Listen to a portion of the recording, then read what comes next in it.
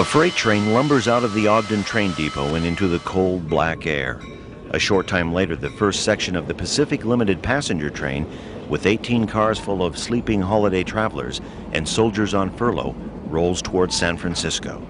Minutes later, the second section of the Pacific Limited, packed with 20 cars of express mail, edges along the shores of the Great Salt Lake. About 15 miles out, on a causeway above the lake, tragic circumstances begin to unfold. The freight train develops trouble and signals.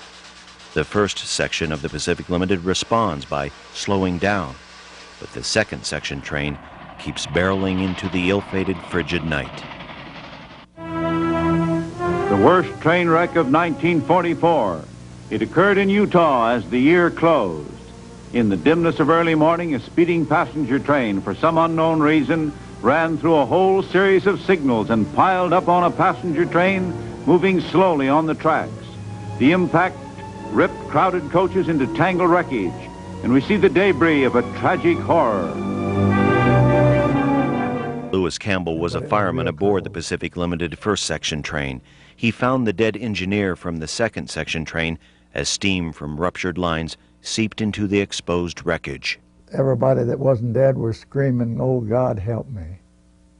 There's lots of screaming for help.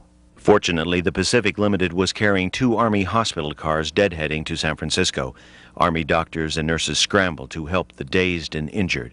But for one Utah family, the train wreck would be particularly devastating. William Francis lost a brother, a sister, and 4 other family members in the accident. I don't know if the steam or whatever it was that got into that car, but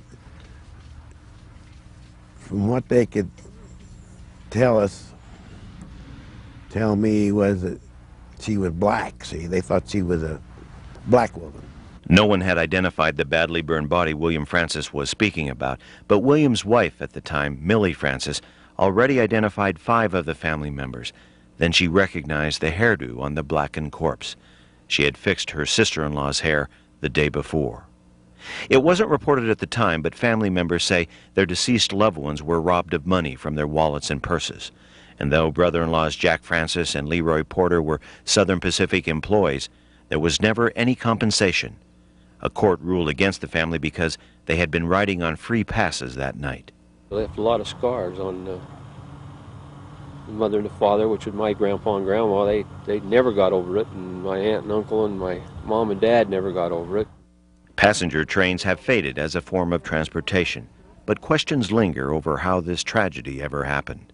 Lewis Campbell is still haunted by the horrible collision, and the Francis family keeps praying for the souls of those lost along the shallow waters and snowy tracks more than 50 years ago.